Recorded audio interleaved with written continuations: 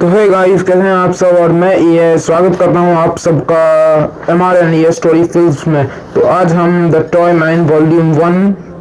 का स्टार्ट करने वाले हैं। तो चलिए स्टार्ट करते हैं। तो एक सपना है, एक ऐसा इच्छा किसी भी देश का हो सकता है कि हमारे पास कोई ऐसी सेना या कोई ऐसी फौज हो जो कि हमारी मदद करे, जो कि लड़े हम बिना अपने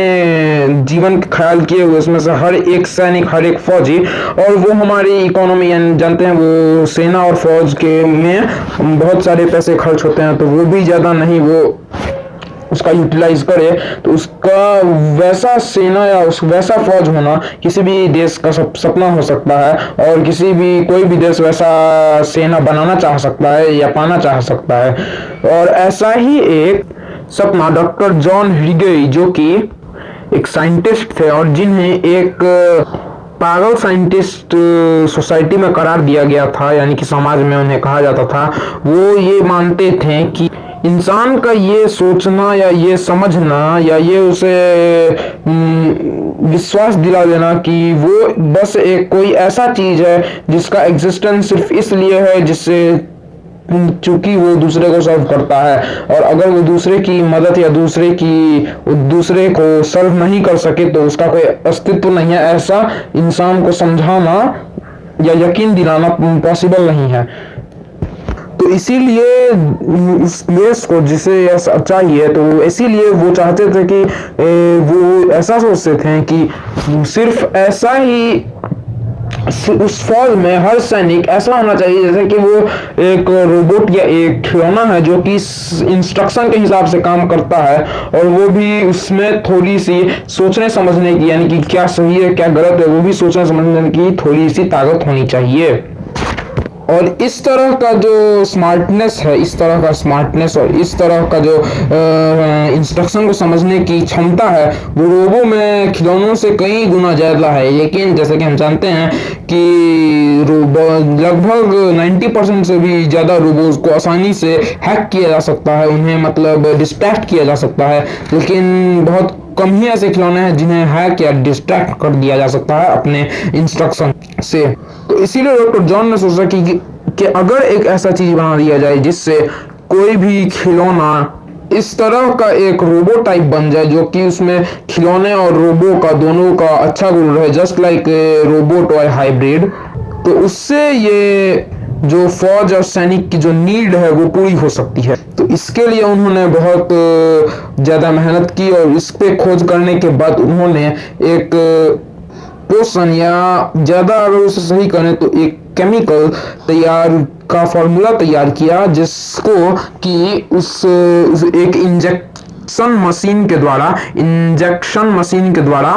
किसी चीज में, किसी टॉय में डाला जाए, जिससे कि वो एक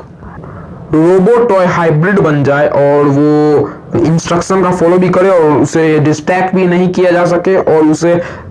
सही और गलत समझने की फर्क भी हो, यानी कि उसमें देशभक्ति भी हो थोड़ी सी। तो उस ट्रांजैक्शन मशीन और पोषण को उन्होंने बनाने के लिए रेडी किया, पर अब उन्हें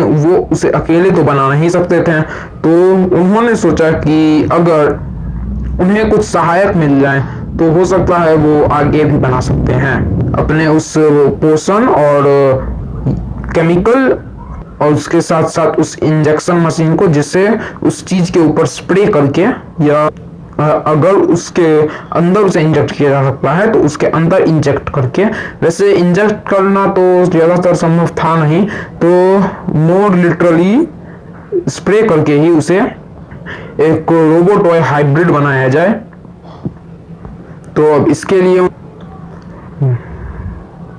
जो साइंटिस्ट और जो वैसे वैज्ञानिक जो कि रोबो रिसर्च पे काम कर ही रहे थे, उन्होंने बहुत सारे पत्र भी, क्योंकि जब काम शुरू करने से पहले, ब्लूप्रिंट खत्म करने के बाद जब उन्होंने दोनों को अच्छे से समझा, तो उन्होंने ये पाया कि जो पोषण या केमिकल है,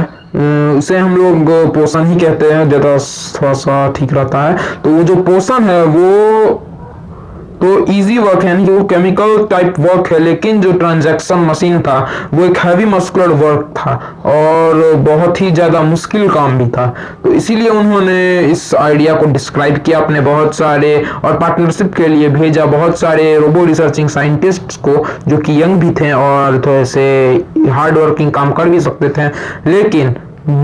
चूंकि आप लोग जानते ही हैं कि डॉक्टर जॉन हिडिगेरी को एक पागल साइंटिस्ट करार दिया गया था, तो उनके प्रस्ताव को किसी ने भी स्वीकार नहीं किया और कुछ यहाँ तक कि कुछ ने तो उन्हें रिप्लाई लेटर भी भेज दिया जिसमें वो उन्हें अब्यूज करने लगे। तो अब ये सोच के डॉक्टर जॉन का तो आत्मबल ही टूट गया। तो अब उन्हें कुछ समझ ही नहीं आ रहा था तो क्या करें। तो इसके आगे के लिए क्या होता है कि क्या उन्हें कोई भी पार्टनर मिल भी पाता है या नहीं, और क्या वो इस क्रिएशन को अकेले बनाएंगे या किसी पार्टनर के साथ, ये जानने के लिए आप लोग चैनल को सब्सक्राइब कर लें और नोटिफिकेशन बिल भी ऑन कर लें। तो ठीक है, मिलता हूं मैं ईए आपसे अगली वीडियो में इसी के चैप्टर 2 जो कि है starting the creation of invention, यानी कि इन्वेंशन के बनावट की तैयारी और शुरुआत के टॉपिक पे। तो तब तक के लिए बाय बाय।